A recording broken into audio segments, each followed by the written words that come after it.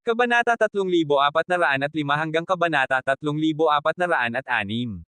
Kabanata 3405. Napakalakas ni Moment God, sabi ni Burry Path God na kitang-kita ang pagkagulat.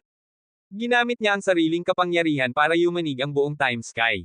Kung sumali siya sa laban para sa Time Sky Leader sa simula, marahil hindi kailanman magiging Time Sky Leader si Hansen sa simula pa lamang. Hindi yun ang kanyang kapangyarihan lamang, sabi ng isang elder ng God Chaos Party. Hiniram niya ang kapangyarihan ng kanyang sub-god. Ang mga sub-god ay pag-aari pa rin niya, kaya ang kanilang kapangyarihan ay bahagi ng sa kanya, sabi ni Burry Path God. Sandaling huminto siya at sinabi, ganyang kapangyarihan ng oras, hindi elemento ng oras si Hansen. Hindi gaanong makakaapekto sa kanya ang time sky, ngunit sa tingin ko, hindi niya matitighanan ang pagbabaliktad ng oras na ito. Hindi lang si Burry Path God ang may ganitong opinyon. Nang makita ang lahat ng ito, nakakunot ang noo ng malaking Sky Demon at sinabi, mas malakas si Moment God kaysa dati. Mas malakas siya kaysa noong na-reboot siya. Laban sa mga patakaran ng Time Sky, siya lamang ang pinakamakapangyarihan. Kinokontrol niya ang mga patakaran ng Time Sky para sa kanyang sarili. Hindi na nakapagtataka kung bakit siya ang main god ng mga kapangyarihan ng oras. Kaya ba nang maliit na ito, si Hansen, naharapin siya. Pati ang God Hall leader sa Geno Hall ay tumango. Sinabi niya, labis nang lumampas ni Moment God sa kanyang sarili. Naabot niya ang isang bagong zenith. Hindi pa siya naging ganito kalakas dati. Ngayon, sa unibersong ito, wala nang ibang may kapangyarihan ng oras na higit sa kanya.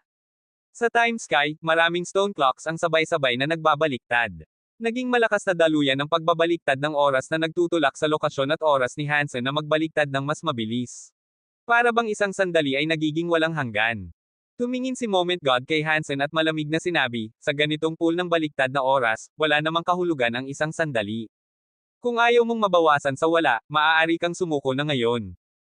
Hindi plano ni Hansen na umatras. Ngumiti siya kay Moment God at sinabi, ang oras at ako ay parang ulap. Bagaman may walang katapusang nakaraan, ako pa rin ako. Walang ibang kapangyarihan ang makakabago nito. Tumigil si Moment God sa pagsasalita. Nagsimula nang umikot ang karayom sa kanyang kamay. Ang buong time sky ay parang naapektuhan ng karayom. Ang mga karayom sa lahat ng stone clocks ay baliw na umiikot. Ang buong time sky ay nagtutulungan upang lumikha ng malaking puwersa ng pagbabaliktad ng oras. Nanginig ang time sky dahil sa sobrang pagbabaliktad ng oras. Maraming stone clocks ang nagsimulang mawala sa zone ng time reversal. Kahit ang mga stone clocks na may kapangyarihan ng oras ay hindi nakatiis sa nakakatakot na puwersa ng pagbabaliktad ng oras.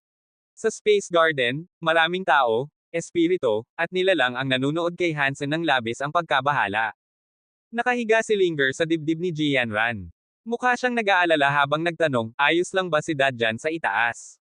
Opo. Walang makakatalo sa iyong ama, sinabi ni Jianran kay Linger ng may katiyakan. Kahit na tila delikado ang sitwasyon kay Hansen, hindi siya nag-alala. Mas komportable siyang isipin kung paano haantong ang mga pangyayari. Bagaman sinabi niya iyon kay Linger, bahagya namang naguguluhan si Jianran. Napansin niyang matindi siyang nakatingin kay Hansen. Tumingin si Moment God kay Hansen ng malamig. Gusto niyang makita si Hansen na maging itlog sa kapangyarihan ng pagbabaliktad ng oras, ngunit nagsimulang magbago ang kanyang mga mata mula sa katiyakan patungo sa pagkalito. Ang kanyang tingin ay nagbago mula sa pagkalito patungo sa pagkabigla. Habang lumilipis ang oras, patuloy na nakatayo si Hansen sa kanyang posisyon. Para bang wala itong epekto sa kanya. Ngayon, 7 minuto na ang lumipas. Wala pa ring pagbabago sa katawan ni Hansen. Kahit ang kanyang armor ay hindi natutunaw. Hindi ganoon si Moment God. Lalong kumikislap ang kanyang damit.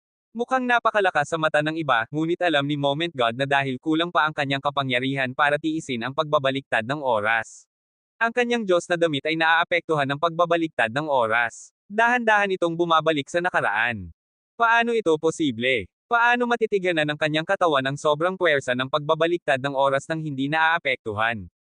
Walang nangyayari sa kanya. Ibig bang sabihin, tulad siya ng God Hall leader? Naabot na niya ang hakbang na iyon. Nagulat si Moment God. Tumingin siya kay Hansen ng kakaiba. Para bang nais niyang matutunan pa ang higit sa mukha ni Hansen. Imposible, paano makakamtan ng ganoon kadali ang hakbang na iyon? Dagdag pa, ang kanyang soul genes ay hindi kasing lakas ni Chinshu. Sa isang buhay lamang, kaya ba niyang gawin ito? Imposible dapat ito. Kinailangan ni Moment God na tanggihan ang kanyang iniisip. Kumatok ang kanyang mga ngipin. Naging matalim ang hitsura ni Moment God. Para bang nakapagdesisyon na siya. Ang kanyang kabilang kamay ay tumutok sa karayom. Pinagsama niya ang kanyang mga kamay upang ilagay ang karayom sa gitna ng mga ito. Old reverse, bumalik sa zero. Malamig na sigaw ni Moment God, nagsimulang umikot ang kanyang mga kamay sa ibang direksyon. Sumabog ang karayom ng oras ng nakakatakot na liwanag ng Diyos ng oras na kumalat sa buong time sky at pinaliwanag ang lahat. Boom! Ang mahabang buhok ni Moment God ay tumindig. Para bang mula itim, naging puti. Para bang tumanda siya sa isang sandali lamang. Sa nakakatakot na kapangyarihan ng oras, naapektuhan din ang time clock. Tumigil ang tatlong karayom sa pag-ikot. Para bang frozen. Tumigil sila sa tuktok ng kanilang pag-ikot. Lahat tumigil sa 12 o'clock. Ito ang pinakamalakas na kapangyarihan ng oras, return to zero. Hindi ako makapaniwala na ganito kalakas si Moment God. Kung magiging time god siya ng aking 33 skies, matitiyak kung karapat-dapat siya. Tumitig si Chinshu kay Moment God na puro pagkabigla ang mukha. Malinaw, nagulat si Chinshu sa kanyang nasaksihan. Nagsimulang tumanda ang mukha ni Moment God. Ang kanyang mahabang buhok ay naging kulay abong gray. Unti-unti itong pumaputi. Patuloy siyang nakatingin kay Hansen. Lalo pang nagulat ang kanyang mga mata. Sinubukan niyang ilapat ang kanyang pinakamalakas na kapangyarihan ng Diyos, ang return to zero. Sa kabila ng kanyang pagsisikap, hindi pa rin naapektuhan ang katawan ni Hansen. Ngayon, hindi lang si Moment God ang nagulat. Lahat ng elite sa universo ay labis na nagulat. Mula simula hanggang dulo, hindi gumamit si Hansen ng kahit isang skill o kapangyarihan. Ang tanging ginamit niya ay ang Sky Clock para pigilan ang anuman sa malakas na kapangyarihan na nais ipataw ni Moment God sa kanya. Napakahirap paniwalaan. Talaga bang ganoon kalakas ang kapangyarihan ng Sky Clock? Hindi makapaniwala si Sky King sa kanyang nakikita.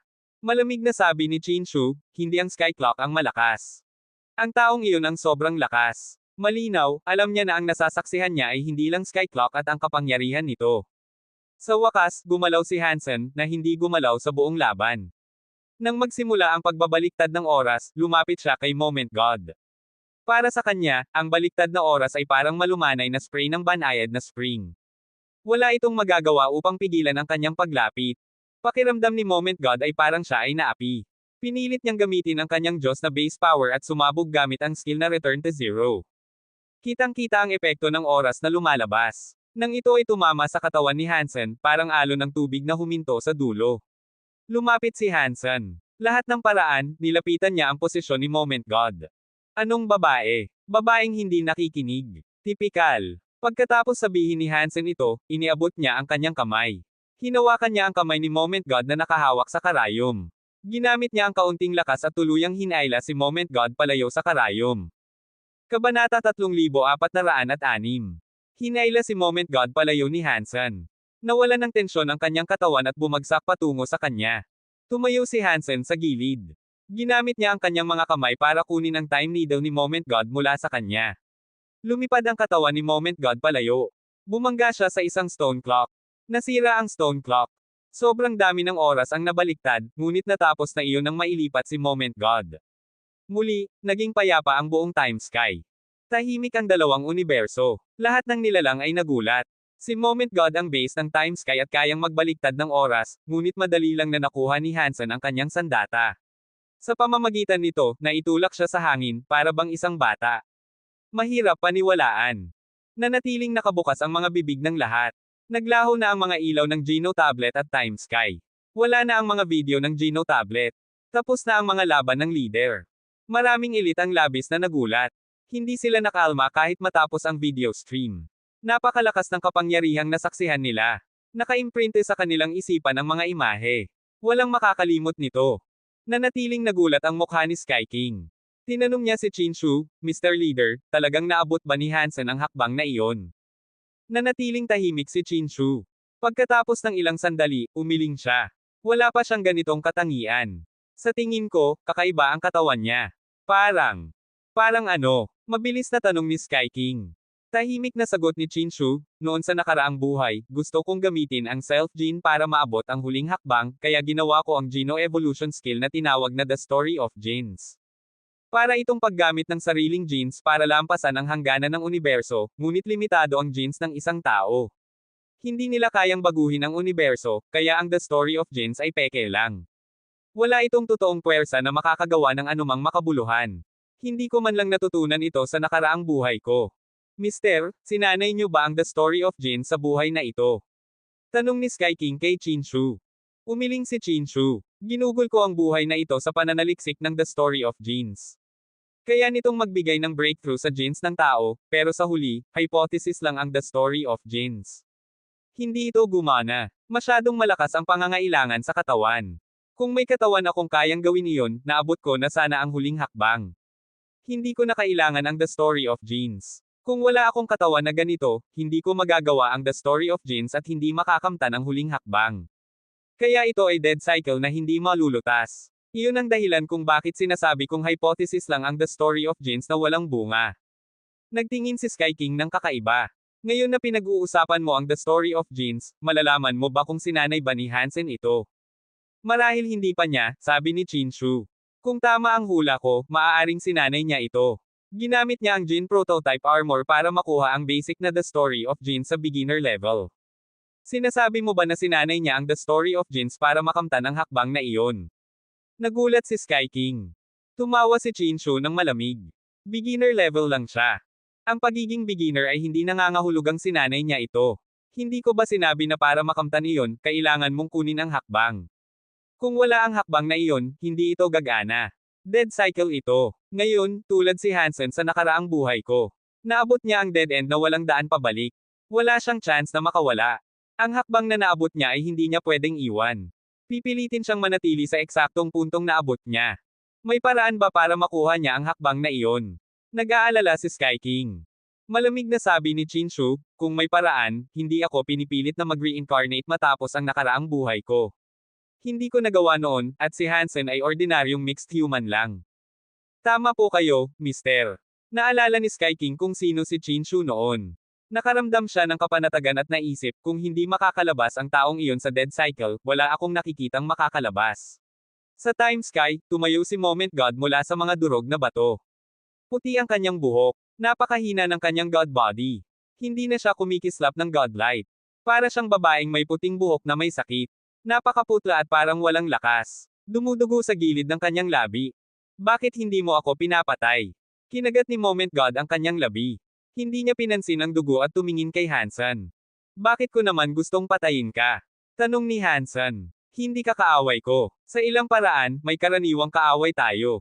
Ang kaaway ng kaaway ay kaibigan, at hindi ko pinapatay ang mga kaibigan. Sa totoo lang, hindi niya kayang patayin si Moment God. Hindi tayo kaibigan. Hindi tayo magiging kaibigan. Kung hindi mo ako patayin ngayon, babalikan kita. Kinuha mo ang aking God Spirit, ibabalik ko ito. Pagkatapos sabihin ni Moment God iyon, lumingon siya. Hinailan niya ang kanyang mahina na katawan para sirain ang space. Ibabalik ko sa'yo. Inihagis ni Hansen ang Time Needle kay Moment God. Tinanggap ni Moment God ang Time Needle at kinagat ang kanyang ngipin. Ibinato niya ito pabalik at malamig na sinabi, ibabalik ko ang aking nawala. Hindi ko kailangan ng iyong awa at kawang gawa. Pagkatapos nito, pinutol ni Moment God ang space at iniwan ang Time Sky. Hinawakan ni Hansen ang Time Needle. Tiningnan kung saan nagpunta si Moment God at umiling. Naisip ko kung gagana ito sa God of Wealth Temple. Kung gagana, pwede ko siyang hayaan na gamitin ito. Ipinasok ni Hansen ang karayom. Nagsimulang lumipad ang Sky Clock. Ngumiti ang Geno tablet sa wheel. Pinalilibot siya ni Hansen, tinitingnan siya. Ano ang ginagawa mo? Tanong ni Hansen na nakakunot ang noo. Narinig ang boses ng Geno tablet sa utak ni Hansen. Naabot ni Moment God ang maximum ng time power sa unibersong ito. Kailangan lang ng isang hakbang para lampasan ang universo. Sa kapangyarihang iyon, dapat apektado ang katawan mo ayon sa iyong level, pero maayos ka. Nakakabigla iyon. Akala ng lahat, ginamit ni Hansen ang power ng Sky Clock para pigilan ang time power ni Moment God, ngunit alam ng Geno tablet na hindi ginamit ni Hansen ang Sky Clock. Tumalo ng puso ni Hansen. Nagkunwaring kalmado siya at nagtanong, ibig bang sabihin, naabot ko na ang hakbang na iyon? Kung naabot mo iyon, tatanggi sa'yo ang buong universo. Hindi ka mauupo rito. Huminto sandali ang Geno tablet at sinabi, talagang kakaiba ang katawan mo. Bigyan mo ako ng isang patak ng dugo mo, susuriin ko ulit ang iyong genes. Akala ko sinasabi mo na walang silbi iyon, ngumiti si Hansen. Naihiya ang Geno tablet. Nagmukhang galit ito habang sinasabi, gawin mo na lang ang sinabi ko at tigilan mo ang kalokohan.